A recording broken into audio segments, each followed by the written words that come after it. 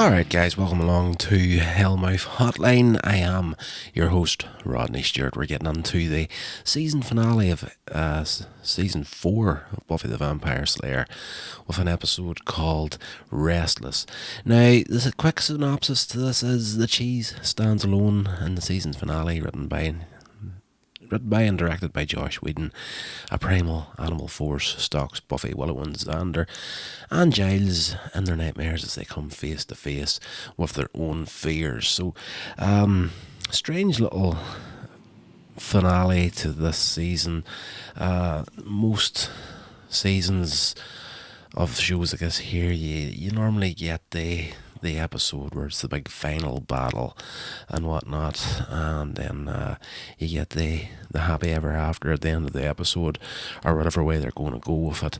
But in this season, they did the big final battle in the episode prior to the final episode, which felt a little bit strange to me. And you know, if you've been listening to the podcasts and the run through of this season, it is, for me, very, very disjointed from the early episodes of this season. There are a few reasons why that happened, and I do believe it was the actress that played, I'm not even going to go back and try and find the character's name here, Professor Walsh. I think she kind of bailed on her contract for the series. They had originally had a bigger part for her to play, but I think, if memory serves, I remember reading somewhere along the line that she pretty much jumped ship for something else during the filming of the actual series. So while they were in production, they had to start changing bits and pieces about and find a different way to get to the final goal of the season. I do believe that's fairly accurate.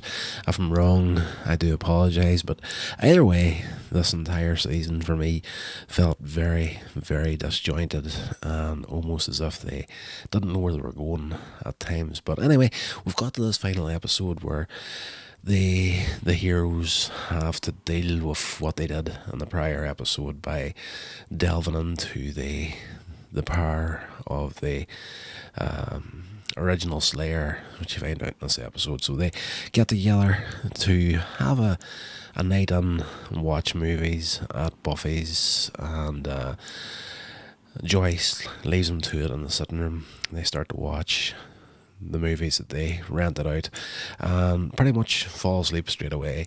So the entire episode is them getting stalked in their nightmares by the spirit of the original Slayer, more or less. So you go through all these different dreams. So Willow's dream, first up, begins with her painting a poem in Greek on Tara's back. She comments that she feels a lot of anxiety about her identity and a secret that she has.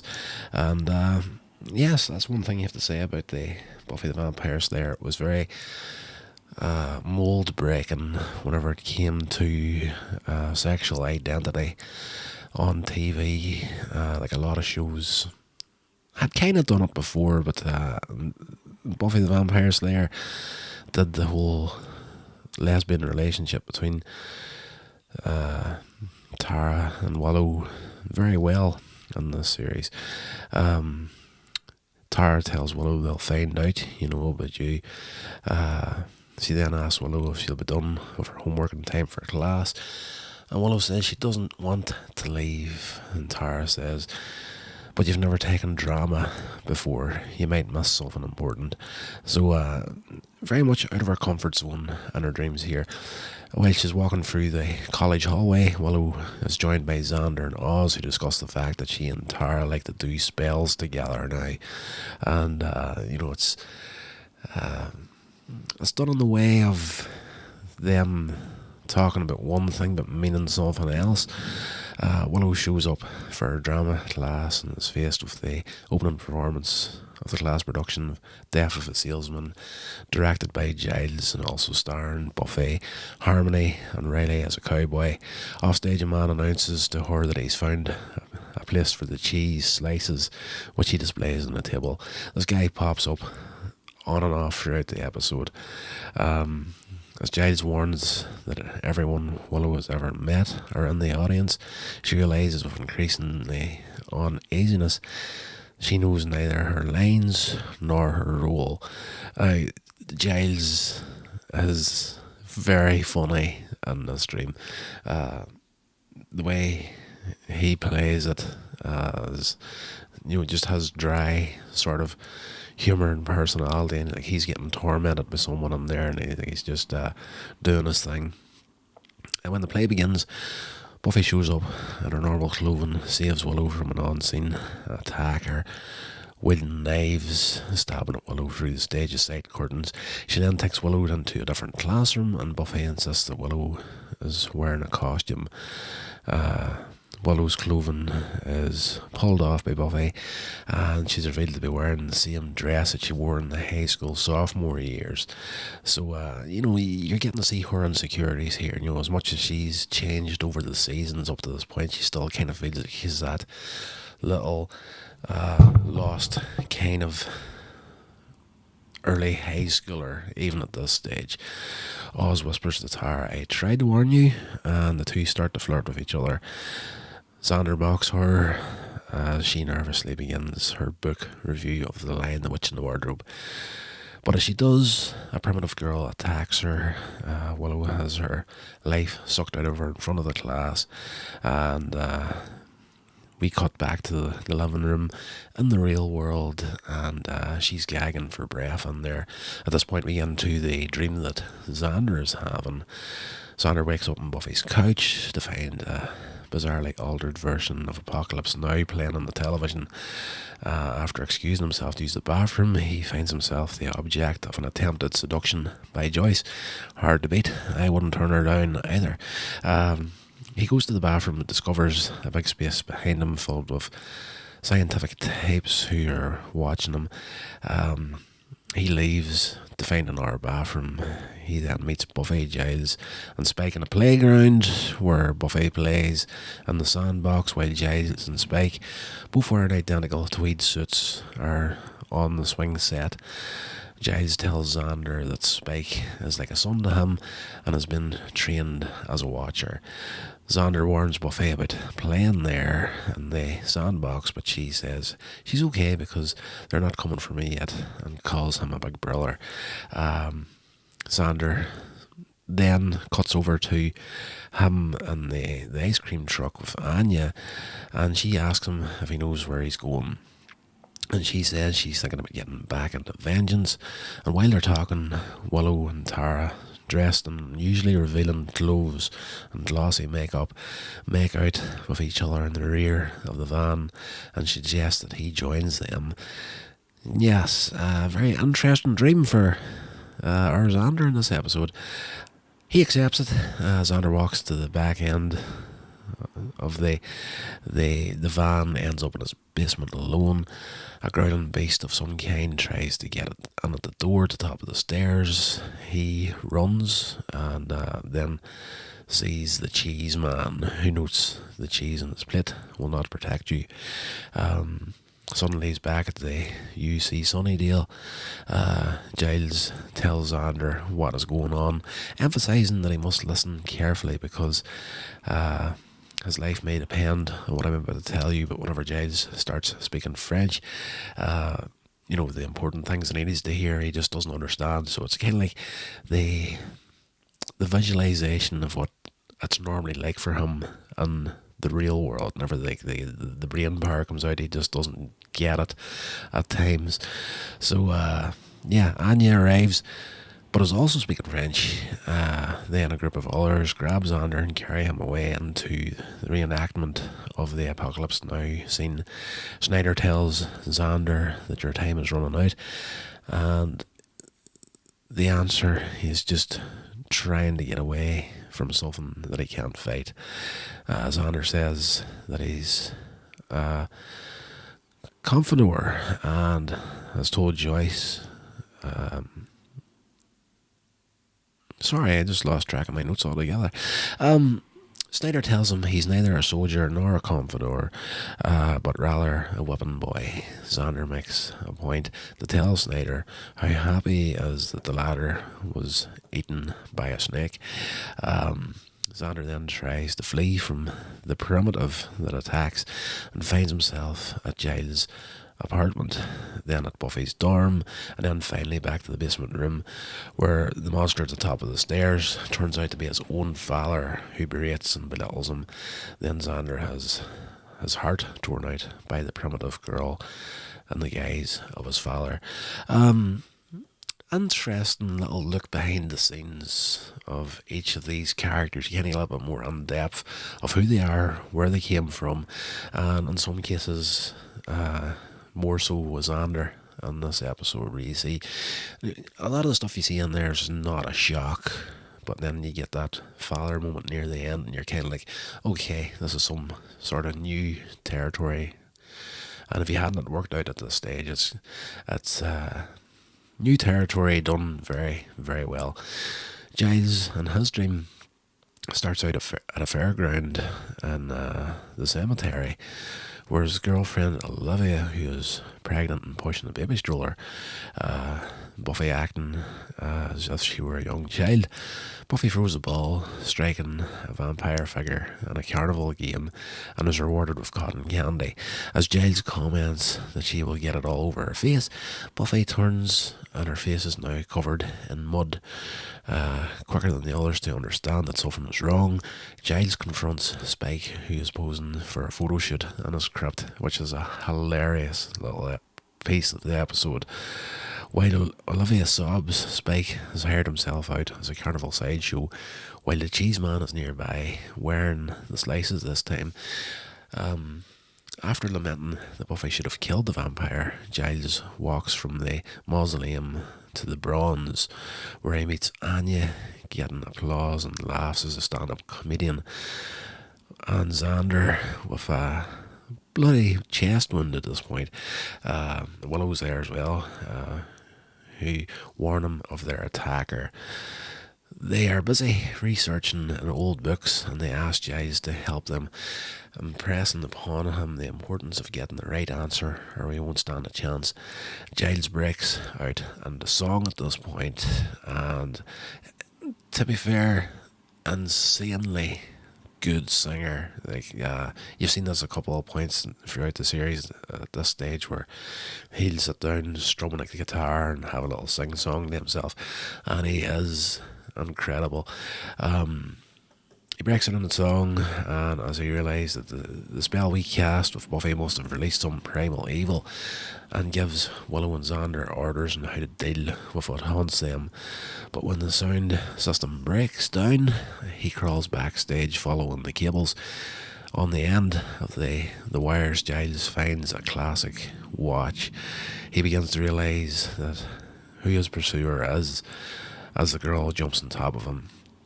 Giles tells her that he can defeat her with his intellect, but she'd never understand, as she never had a watcher. The girl then scalps him, and each time we come out of one of the dream sequences, each of the characters are there struggling for breath. Finally, we get into Buffy's dream. She's awakened by Anya and Buffy in Willow's dorm room, only to switch to her own room at home, where she talks to Tara. She wonders where her friends are, since they were supposed to come over to watch movies. The primitive roars in Buffy's face, and she then suddenly finds herself at home in her own bed. She gets out, looks at the sheets, saying that she and Faith had made the bed. Tara tells her she's lost them. Tara notes that the clock reading 7:30 is wrong, and tries to give Buffy the tarot card that represents her Manos, but Buffy says she is never going to use those. Buffy leaves to look for the others. Tara tells her to be back by dawn, which is a foreshadowing for the little sister, which I can't recall, Does she come on in the next season or the season after that? That is a thought that has nothing to do with this episode in particular, so we'll just move on. In the UC Sunnydale hallway, Buffy talks to her mother, who lives in the walls. A weird little sequence in this episode. Then meets Riley at the Initiative. He has been promoted to Surgeon General and has drawn up his plans with the human Adam for world domination. So you get to see Adam in this episode again, but without the makeup and everything on him. Starting by giving things names. Buffy asks Adam what his real name was before, but the human tells her that not a man among them can remember. The three of them are interrupted by a demon attack, and Riley and Adam leave to create a pillow fort for protection. That was pretty funny, that part in that episode where they're going through the whole military thing, and then the attack happens. That's build a pillow fort. Buffy finds her weapons bag. Only thing in there is mud, which she smears on her face. Riley interrupts her and says, "I thought you were looking for your friends." "Okay, killer, if that's the way you want it, then I guess you're on your own," and he leaves. Buffy starts walking and ends up in a desert where, as the cheese man waves slices at her, she finally confronts the primitive girl. So we get the cheese man in this dream as well, who speaks through Tara, this primitive girl, just kind of grunting and getting on. But you have Tara standing off to the side, who is telling Buffy what the primitive is saying, and announces her identity as the Force Slayer. The Force Slayer tells Buffy that she cannot have friends and she has to work alone. Buffy finds a tarot deck in her hands, but instead of the usual pictures, the top card is a video of all her friends as they must look now in the living room. Buffy looks at it and says, "Well, I'm not alone." Buffy asserts that she lives in the world and decided her own actions, and she demands a full life. The Force Slayer says, "No friends, just kill, we are alone." But Buffy replies, "That's it, I'm waking up." The Slayers fight in the desert, but then Buffy wakes up in her living room next to her dying friends. I'd say something that I have seen in a few episodes of shows over the years, where the whole key to beating the dream is to realise it's a dream and take control of the dream. Now, in most sequences or most series, it's done very well, but kind of the way Buffy does it in this episode, I was just kind of like, oh, that could have been a hell of a lot better. But at the end of it all, she says, I'm not fighting. Screw that there. I'm my own person. I'm waking up now. So there, the Force Slayer attacks her again, repeatedly stabs her with a knife, and it's just nothing's happened. And yeah, she just mentally rejects the fight and rejects the Force Slayer and forbids her any power, telling her decisively, "You're not the source of me." The Force Slayer vanishes, everybody wakes up. Yeah, but again, I've kind of seen it done better in all our shows. At the end of the episode, everyone's discussing their experiences. Giles tells everyone that joining their essence with the Slayers was what caused the Force Slayer to attack, believing it to be an affront to that power. As Xander feels awkward around Joyce after the dream he had, Buffy leaves to have a shower, feeling strange about her interaction with Force Slayer, and as she passes to her bedroom, Buffy hears Tara's voice in her head warning her she has no idea who she really is or what is coming. And this is just a little passing comment as she was leaving the sitting room, the guy with the cheese, that was weird, and everybody kind of looks at each other and is like, "Ooh, yeah, we're all connected more than we actually realised." So yes, that is the little chat about Restless, the final episode in season 4 of Buffy the Vampire Slayer. Yeah, I will not beat around the bush about it. I am glad I finally got through this season of Buffy.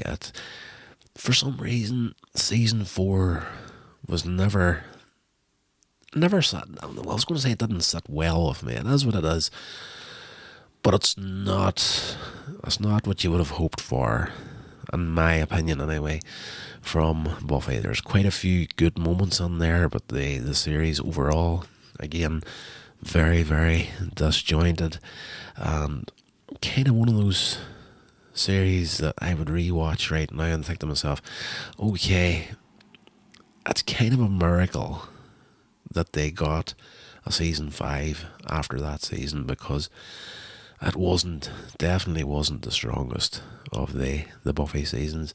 But that's just my own humble opinion. So it is what it is. That's going to do it for this episode, guys. I hope you enjoyed it, and if you disagree with me on anything I said about this season, you're more than entitled to your opinion.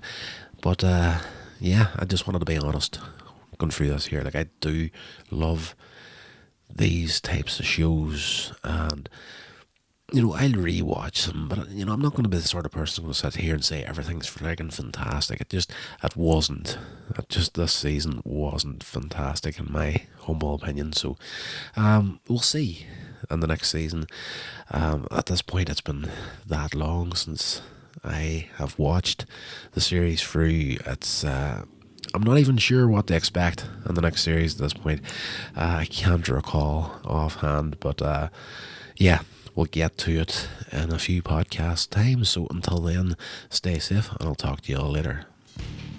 This has been a production of Coins Age Media. Thank you so much for listening.